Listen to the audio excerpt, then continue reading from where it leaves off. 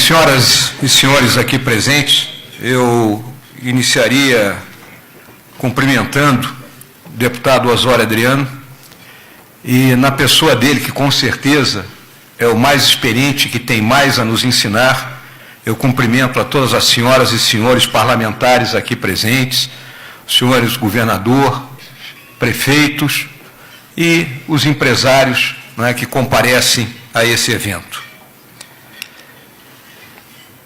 Os historiadores do futuro, eles vão olhar para os anos entre 1978 e 1980 como um momento revolucionário na história econômica e social do mundo. Naquela época, pessoas como Deng Xiaoping, Margaret Thatcher e Ronald Reagan começaram um movimento que trouxe vida àquilo que hoje nós chamamos de globalização e de neoliberalismo. O mundo de hoje, ele é extremamente complexo e desafiador, totalmente diferente das realidades vividas pelas gerações mais antigas. A aceleração que nós enfrentamos, devido à constante evolução da revolução científica, provoca instabilidade, competitividade e obriga uma constante vigilância por parte de todas as nações, mesmo aquelas com um nível mais elevado de desenvolvimento. A tecnologia dita regras e a velocidade com que as informações são disseminadas. Faz o novo parecer velho num mero piscar de olhos. Então, eu posso dizer muito claramente, não existem mais mares tranquilos, eles são turbulentos. Conflitos despontam em todos os lugares e as ameaças transnacionais, como terrorismo, guerra cibernética, tráfico de drogas, imigrações ilegais, crime organizado, catástrofes ambientais e climáticas, estão ao redor de todos nós.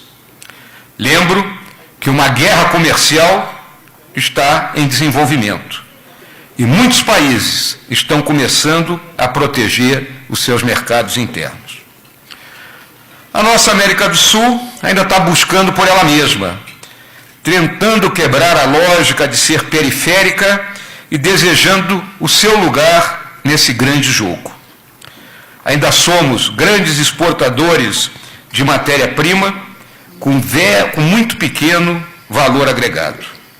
Aqui, infelizmente, ainda vivem dogmas coloniais e pessoas que acreditam que o muro de Berlim ainda não caiu e defendem ideias que deram errado em todos os lugares do mundo. A Venezuela é um caso clássico da destruição que o chamado socialismo real pode produzir.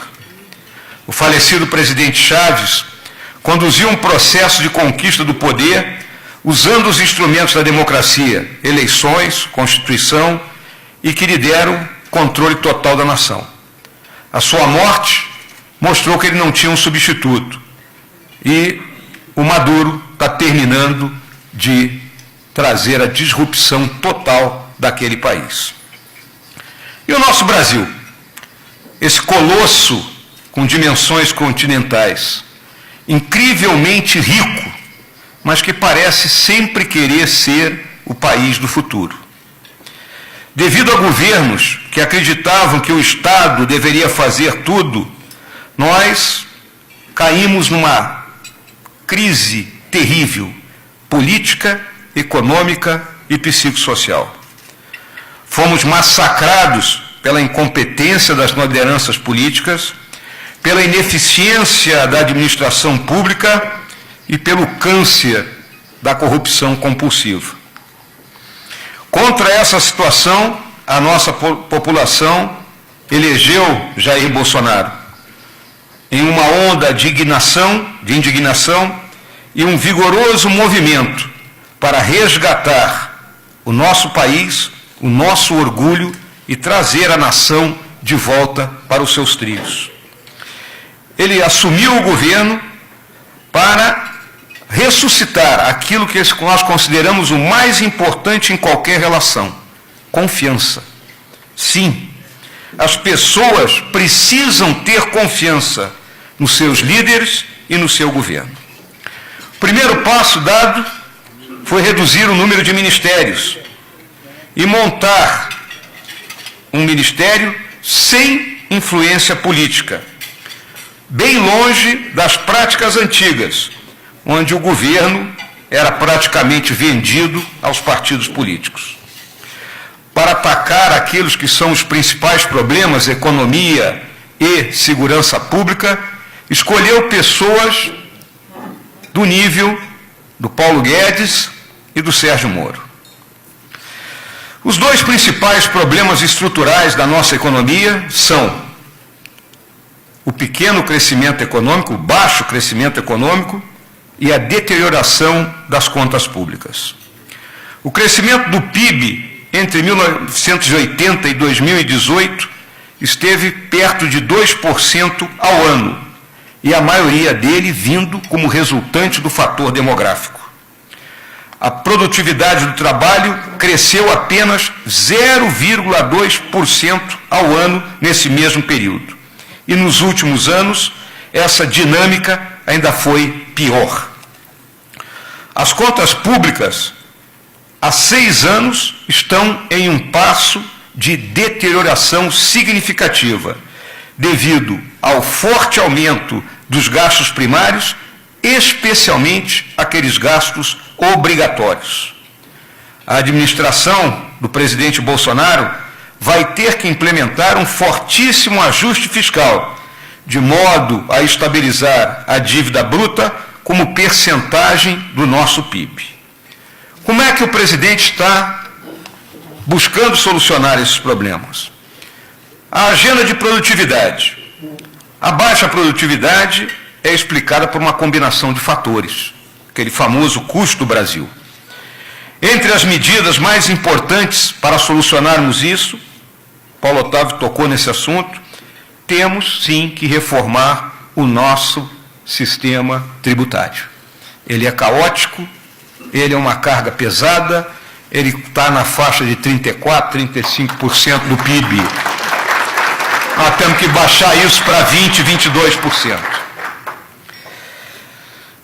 Temos que abrir a economia para o comércio mundial, mas essa abertura, ela tem que ser lenta, gradual e segura, porque enquanto não reformarmos o sistema tributário, será um massacre para a nossa produção local. Não teremos forma de competir. Privatizar tudo que puder ser privatizado e reformar o sistema educacional. Temos que tirar o peso do Estado das costas de todos aqueles que produzem. A consolidação fiscal será atingida pela combinação, número 1, da reforma do sistema previdenciário. Senhoras e senhores, o sistema previdenciário que nós temos hoje no Brasil é injusto. Temos grupos privilegiados e temos uma imensa maioria da população que não tem nada. Ele é uma pirâmide financeira. Nós que chegamos mais cedo, vamos receber. Os mais jovens que eu estou vendo aqui vão trabalhar até morrer, porque não vai ter previdência para eles, se nós não reformarmos o sistema que está aí. É o nosso objetivo número 1 hoje. Temos que reduzir os subsídios fiscais, liberar as despesas obrigatórias existentes no orçamento e buscar outras receitas por meio dos leilões de infraestrutura, de energia, da cessão onerosa. Então, temos recursos a serem buscados para finalmente conseguirmos equilibrar receita e despesa. As senhoras e senhores que são empresários sabem que ninguém consegue viver eternamente no vermelho. E este país está há 6 anos no vermelho. E um vermelho correspondente a 10% do nosso orçamento. Também temos que lidar com o excesso de medidas regulamentatórias e a burocracia que contribui para amarrar o nosso país. Uma simplificação radical do processo de abertura de novos negócios é necessário, e as agências reguladoras devem ser conservadas fora da influência política. Para lidar com o crime, nós temos que trabalhar em 4 diferentes eixos. Uma legislação mais dura, de modo que os criminosos realmente cumpram a sua pena. Temos que terminar com um sistema progressivo que apenas beneficia os criminosos. Também temos que lidar com a questão de crimes cometidos pelos menores de idade. O sistema prisional também tem que ser mudado. A prisão não pode ser um lugar de férias, onde os líderes do crime organizado comandam os seus respectivos grupos. A polícia tem que ter equipamento tecnológico moderno e também sua capacidade operacional e de controle das nossas fronteiras ser incrementada. E, finalmente, importantíssimo não descuidarmos da área social, melhorando a vida das famílias que vivem nos cinturões de pobreza e de miséria que cercam as nossas grandes cidades. Um dos nossos grandes economistas disse que também nós temos que lidar com aquilo que são as vacas sagradas que acompanham o nosso país ao longo dos últimos anos. Vou citar algumas delas. Um salário mínimo, que não é mínimo. O governo aí anterior aumentou o salário mínimo acima da inflação e produziu uma contradição. As classes mais favorecidas receberam mais do que as classes menos favorecidas. O nosso sistema previdenciário, que não protege ninguém, e fará com que a nova geração vá olhar para a gente e dizer: onde é que vocês estavam que não fizeram nada? Os direitos daqueles que não estão incluídos. Alguns políticos ainda pensam que nós estamos no século XIX e levam os direitos a um paradoxo, com tudo escrito na Constituição. Não tem almoço grátis. E esse tipo de ação termina por dividir o país entre aqueles que têm um emprego formal e aqueles que vivem na informalidade. A vinculação preguiçosa, onde grupos de pressão buscam caminho para manter os seus privilégios. Nós vamos ver isso aqui na luta pela reforma da Previdência. E colocam as suas necessidades na legislação, de modo que tenham, perone secula seculorum, os seus direitos garantidos. As transferências temporárias que se tornam infinitas, onde alguns gastos, uma vez colocados no orçamento, ficam lá. O protecionismo, todo mundo quer o guarda-chuva do Estado. Uma maneira anticapitalista de pensar. Winston Churchill uma vez disse que o lucro como um vício é uma ideia socialista, porque ele pensava que o vício real é realmente nós termos perdas.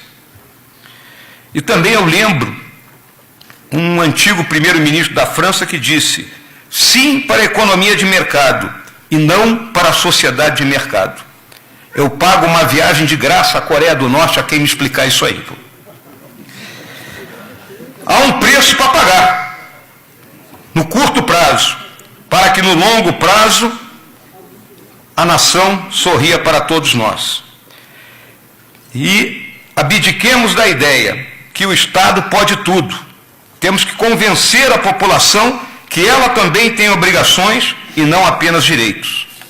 Aqui, um cidadão que realizou uma faculdade de medicina do Estado, sem pagar um centavo sequer, ele diz que não recebeu nada. Nós temos que mudar essa forma de pensar.